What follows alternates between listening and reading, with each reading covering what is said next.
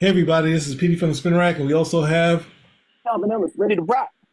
today we actually have a new trailer for Alien Romulus, and we also have a featurette that they put up.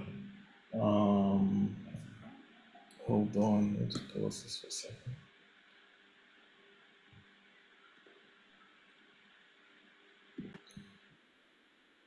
All right, so here is the IMAX trailer. Are you sure you want to do this? This is our only ticket out of here. Should be in and out in 30 minutes. On August 16th. I suppose kids are creeps. Fear is bigger. Who's haunting us? In IMAX.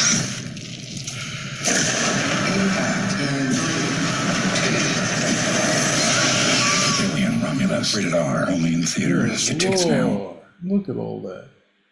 What are your thoughts so far? Alien Romulus in IMAX? Probably similar to my thoughts before they showed the IMAX, but they seem like they seem like they think they have something here. So, what would you say is the basic premise of this story? This is pretty much a gap. Is this one what you would call like a gap story, where it's like not necessarily trying to do anything new? It wants to marry itself to the previous storyline, but at the same time, but because of that, you can have some safety in drawing people in, but some originality overall with some of the decisions that you're making story wise. Would that be fair? I'd say that'd be fair, and you get from the shots here, you're thinking that hey, we're gonna try to have some other, even though Alien and Aliens had very cool shots, they have just very slight. Even though Aliens 4 did have the water, this seems like for the second that's here, I don't want to say that it's better, but it was kind of wacky in the other movie. But yeah, just having a slight, just add a little different, slightly different locale and different filmic look. That's it. That's the only thing I can add. But yes, to what you said. So, I mean, what's the release date on this again? Sorry, say that again. The release date? No, you were a little muffled. What's the release date? Oh, release date. Let's see. August 16th. Yep, we're coming up. We got like what, a month away. Yeah, well, then they're putting a good amount of bank. They think it's going to bring people in. They've got the IMAX, so we're going to have some cool visuals with it overall. Um, I am I'm cautiously optimistic with this one. Well, that's a good point to be cautiously optimistic because we've had a lot of Bowsers on this series. Sorry to say, the first two are amazing. People find somewhere in their heart to like Aliens 3 because David Fincher did it. 4 was a total washout, and I can't speak of the two other movies after that because they're total flameouts for me. But you know, since it's been away from the core, maybe with them kind of going back to it, even if it's you know, revisiting. Well, no, the other thing is, these, I don't know, it's hard to say. Looking at Alien and Aliens, they all look like adults. Like having Yaphet Kotto there, the chick from Lost in Space as a grown up. Even Sigourney Weaver's young in there, and she looks like an adult woman. The captain, what's his name, Ash, all these guys. Even though the aliens, everyone, but they all look like the way I always look at the original Battlestar Galactica as like you see those actors. They anytime you look at it, they look like adults. And this one, they look slightly younger. So, maybe there's a little more thing to that. 'Cause that's the people that they chose. But it's it's gonna revisit the same thing with almost a younger cast. But ultimately, I think what they are doing, which would be right, is trying to get back to the core of what it was. Only problem is when you get to the next one, and it's like the Alien comic books. It's really hard to do the same thing over and over again when it's another set of military guys and they're getting, getting beat up. I think there's one Alien Salvation that's a little different. That was Mignola and Dave Gibbons and Mignola. It was Earth Angel. Yes. But everything else is mostly, outside of Aliens versus Predator, is mostly mercenaries and aliens. And how the people die or survive, that sort of thing. So going back to it, since they've been off the mark for so long, might work for it. But we'll see. It seems like there's a buzz. It looks like everything looked visually right. But Prometheus, that was for me the thing that was going to be the movie. That, and I knew that Blade Runner, the next Blade Runner, would be good also, which Ridley Scott only produced. And going backwards, Blade Runner was just there's nothing to that. Prometheus, while you're on the roller coaster going high and it's getting better, instead of having the roller coaster ride, it just starts to crash down, fall to the ground. So lastly, let's look at this teaser so they can talk to us about it, because it's going to be in theaters pretty soon. The Alien franchise holds such a iconic space in cinematic history. The whole idea behind this film was to really take it back to basics and make it a pure horror movie again. This story slips right in between Alien and Aliens. Rain and her brother Andy are the hard story. Are we leaving? Denied. Again. I don't want to end up like our parents. Do you? The ship's our way out, man. Welcome to the Romulus space station. There's a lot of secrets and things they don't know inside that ship that will cost them dearly. Oh my God. Just like Ridley did with Alien 1, and Fede made a point in not green screening it. As a fan of the franchise, he knew it needed to be gritty and grounded. So we built every creature for real. This film brings all of the things that we love from this franchise, so you know it's going to be properly scary. If you don't stay quiet, we will die.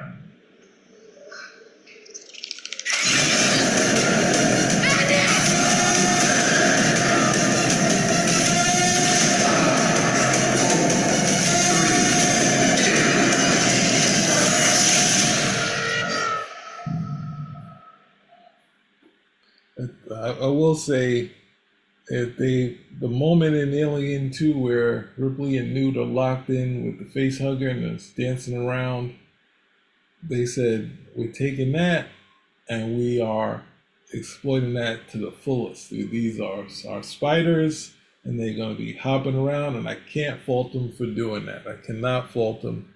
It was cool in Aliens, and they're exploiting it to the highest, where it's like, that adds a question.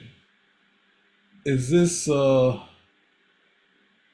is the alien already on this colony, and the eggs just sort of burst out into 3 million face huggers? That's a question I have to ask. Because that could lead to, it's a movie. And many guns, bullets you need, you can use that much. So I can't even ask that. I take it back, because it's a movie. You don't count the amount of bullets that are in the clip. You just keep shooting. So, you feel they're gonna get back to the source with this one? No. Nope. Okay, that's good enough for me. All right. How do you get back to the source of the original Alien movie? You can't do it. Anytime they say this type of stuff, usually I usually translate this into, okay, we ran out of story, so we're going to try to take it back. What is it? Isn't that nonsense they always say? We're going to try to take it back to its roots. We're going to try to take it back to its roots, and you can't go back because you already did all this stuff. We don't have any story ideas. What we're hoping is that somehow we can repackage that original, idea in a manner that works for the audience. That's pretty much where we're at right now. So and the thing is, the first one worked very well because we didn't know what the alien looked like. We had those sequences, sort of like with Predator, and Predator's in a worse case, in a worse scenario than the Alien movies. but you lose a lot of that freshness. You lose a lot of that, lack of a better word, you lose a lot of that newness, which is what they really want at the end of the day. And you can't get that back. Now, what you can do is you can go back and say, look, we can try to do a better horror story, but we can't get back to that original. We can't get back to that root. It's done. Yeah, no, it's well, and I was just thinking about when you were saying this, man, you definitely can't get back to everything original. You can have similar things that can work, which is what sequels normally do, and movie and genres kind of do, trying to roll back things and going through the cycle of the genre, which a franchise can also do that too. But it's I was thinking of something, but I kind of forgot it. But yeah, but the buzz. All I can say, the hard part is it's not viral, but for some reason these alien things have been working for us. So I'm pretty sure they can't. There's no way they can have a third, a fourth, or fifth trailer for this. No, I mean, we got a great character. You have a great character in the Alien, and a lot of that is attributed to the first film, where these things are just they're scary and they're very hard to kill. Mhm. Perfect for a horror movie. You think it's dead? Oh no, it's not dead. You blasted it off the ship? Oh no, it held on to this. Okay, now it's trying to get back into the thrusters. You got to kill it that way. And then they up the ante. They up the ante very, I have to say, very wisely with the second film, where they said, okay, well, what's scarier than one alien? A whole bunch of them. What happens when what happens when the egg actually comes out and we got a whole bunch of these things now? And instead of the horror, though, they went with action. Okay, no problem. You had two really good films, and then everything else doesn't seem to have an original idea. We try to do something with Ripley. We try to do something with Ripley to try to keep some continuity. Okay, that's not there. We try to do something brand new. Look, let's see if we can get the origin of these creatures. But that's really out there because, to be quite frank, could you imagine anybody ever creating these things? It would just be, you would have to have you would have to have some sort of understanding of what you're doing before you do that. And then there was also the bad portion of it where we're supposed to believe that whoever created these things also created us, and they're totally disgusted with the fact that created us and they want to destroy us too, and that's never explained. So then you have your audience filled with human beings who are being told that your creator despises you as that, but you need some explanation for that. So, and I mean, that's just Prometheus. I won't go through all of them. So with this one, I think if you can just do a good old standard movie, okay, what are you trying to do? You're trying to do horror, you're trying to do action, and as long as you're able to accomplish that, keep people happy with it, meet their expectations on a horror or action film, you should be fine. Yeah, I mean, it's a good assessment. It's hmm? I mean, are you looking forward to the film? Are you ready to go see it in IMAX? I'm not sure I need to see it in IMAX, but I definitely want to see it. I mean, I didn't with with the with the disgust of Prometheus. I didn't go see obviously the Alien Covenant. So, and I rightfully so when I saw it on cable or whatever it was on, to be stuck with Michael Fassbender saying he killed everybody else. Like, nah, I'm not interested in him in the movie, any of this stuff. It's like they gave us a good trailer, a good cast of people that we, not to say I want to kill, but interesting enough to kill. And I thought that's the same with Prometheus. It's just like going to what you were saying. It's just like, what time are we at this movie? We're going to bring back this engineer, and what does he do? Someone's in the writer room. Well, this time he just breaks someone's neck, and he hates us. It's like, okay, we don't got much time for anything else, so let's move on. And I have The Walking Dead with the what's the name virus. It's just like, what has happened here? you know, yeah, and the android kind of, Michael Fassbender character is one that really kind of I liked him initially, but then he was, kind of They wanted like revenge over that. everything. So They like that aspect of the story. The traitorous, the Judas character, if you will, the traitorous robot. but Ash was good. Ash was a good character. He was focused on what he needed to do. He didn't care that the thing, and even in the original story, they're bugging out that he's not interested in any females on here, which they cut out of. They cut the scene out of. You can still see it in the comic book, but he's like, I'm singularly focused on making sure this alien gets on this ship and comes back with us no matter what. That's what Mother says. I'm doing this. This thing is saying gets insulted by the But he's person. also not. He's also not human. Yeah. That's the thing. And when the audience first meets Ash, they don't know that he's not human. They just think he's this really. I mean, he represents what? He's the scientist. He's Yeah. just totally enamored with this new species. He doesn't care about human. And then you find out this guy isn't even real. And then you also find out that the crew is expendable.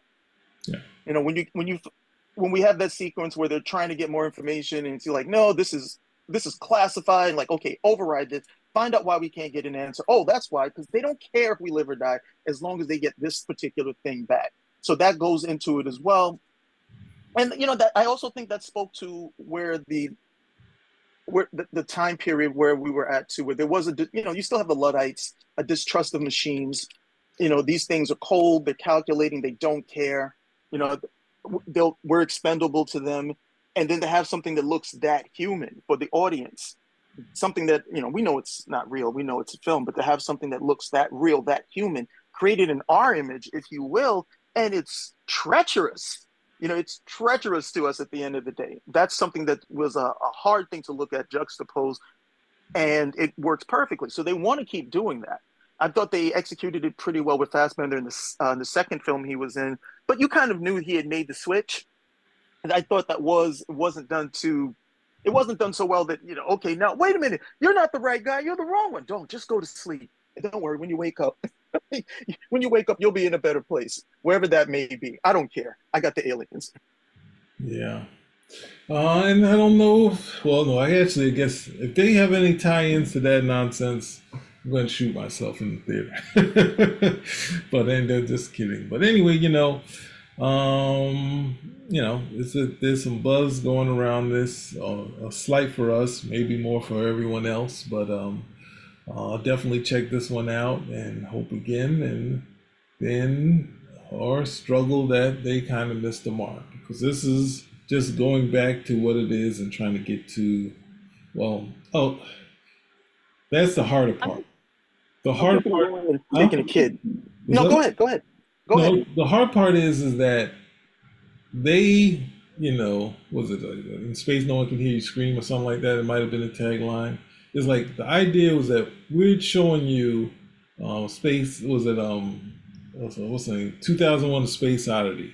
It's Odyssey. We're gonna give you those type of things, that type of science, and then we're gonna wrap it up in this horror slasher film. But at the same time, everyone you think is gonna die first is not.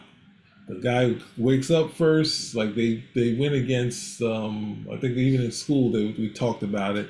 They went against every sort of cliche, even the animal cliche, to show you how bad a villain is. Like in Fatal Attraction, you boil the rabbit to show you how bad the animal gets it first, type of deal. And they said the cat survives till the end.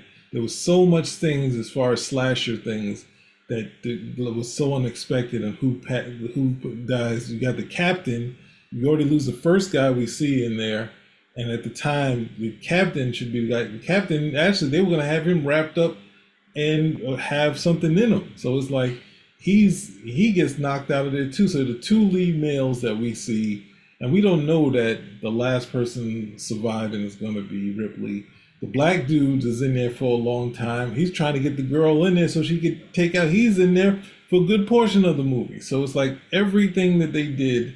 Not only did the 2001 to play to that audience, but also kind of screw up your thoughts as far as slasher films, because you don't even know it's a slasher film. It just goes in there and has fun. So that's the thing that you have to get to, which can make this thing ordinary, and which made Covenant and Prometheus ordinary, is that you don't have a thing where you're gonna say, "Hey, we know this girl is the Ripley of the show, so she's gonna make it through the whole thing." You're not gonna get the Psycho thing where Janet Leigh gets killed halfway through the movie, and you're like, "Wait a second, isn't this her movie? Like, what happened?" Like, she should, who do we follow now? What's this movie about? That guy better get out of his house before his mother kills him, type of deal. So that's the thing that they have to, the hurdle that they have to go through. Aliens didn't have to worry about that, because Aliens, even though Ripley's going to make it to the end, maybe some of these other characters will make it. The cool part was seeing the alien full view coming out of the water. Two more face huggers, a bunch of aliens running after you, intrigue, having this weird monitor where you see just a mass, and you're like, they're gonna die. And then when they have, some of them make it out of it, you have, Bill Paxton turning into comedy and doing the game over. And at the time in the movies, I cracked up, but I didn't really realize how big and important, else I would have been coming home doing that joke. When I was thinking, I first started working jobs and guys would do the game over, man. I was like, oh man, I should have thought about doing that. Yeah, I could have done that right after getting out the movie. But that's the thing they have to do. They do have cool locales, but one of the hooks of Alien was that they kind of mix. You mean you got to tell a good story? Yeah, so that goes along. That definitely goes along with kind of not follow all the cliches. That telling a good story, that's built into that. So yes. I mean, and the thing is, I don't want to make we're doing like a nice walk of all the other stuff, but we haven't had this film come out, but it works so well because now you have these colonial Marines. These guys are A-level. So you're not going in there with what you had before, where they're trying to fight this thing with knives and a flamethrower. You got real protection. All these guys look hard, grizzled. Okay, great. And the first encounter with the aliens, it all goes to scat. These guys are running. One of these guys is supposed to be so hard, and he's like, "No, man, we got to get out of here." And you have to think, well, this guy has to have seen some stuff. They said they're going on a bug hunt, so it's not like they haven't had to kill an alien before. But this one has got this dude spooked, and that's great for the audience because again, as we immerse ourselves and suspend disbelief, if this guy is spooked, then hey, we're toast. We're toasted. We would stand no chance. So those type of things to show just how formidable of a challenge these aliens are to defeat, even for people with that much experience. And then he does the same thing. This is going to get down to the last man standing. This is going to get down to that. Who's going to actually be alive at the end of the day? All the Marines, with the exception of one, make it, and the only reason why he makes it is because he can't fight.